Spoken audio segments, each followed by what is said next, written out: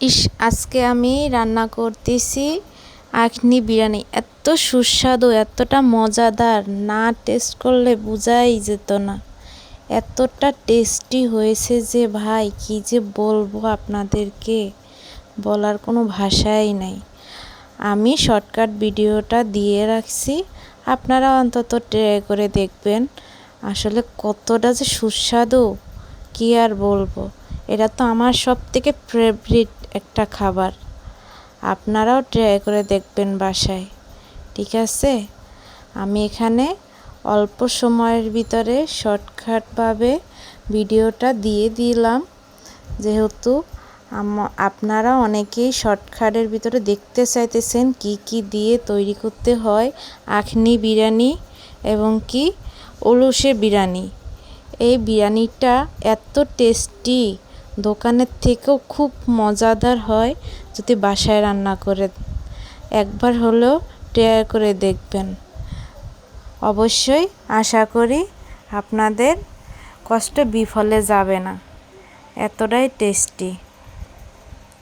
বুঝতেই তো পারছেন যে আমি কেন এরকম বলতেছি। আপনারা যখন এটা রান্না করে খাবেন তখন বুঝবেন আসলে আখনি বিরিয়ানি কতটা টেস্টি। আমি এতদিন বিরিয়ানি খেতাম, কিন্তু আখনি বিরিয়ানিটা কখনোই খাই নাই।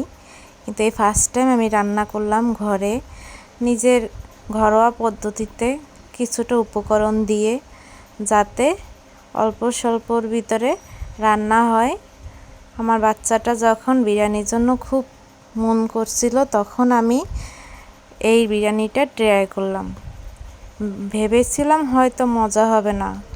যখন আমি এটা রান্না করে পরিবেশন করলাম, কি বলবো ভাই, এত টেস্টি হলো বলে বোঝাতে পারবো না আপনাদেরকে। প্রথমে সিদ্ধ চালগুলো লাগবেই মাস্ট, কেননা সিদ্ধ চালগুলো থেকে এই আখনি বিরিয়ানিটা ভালো হয়।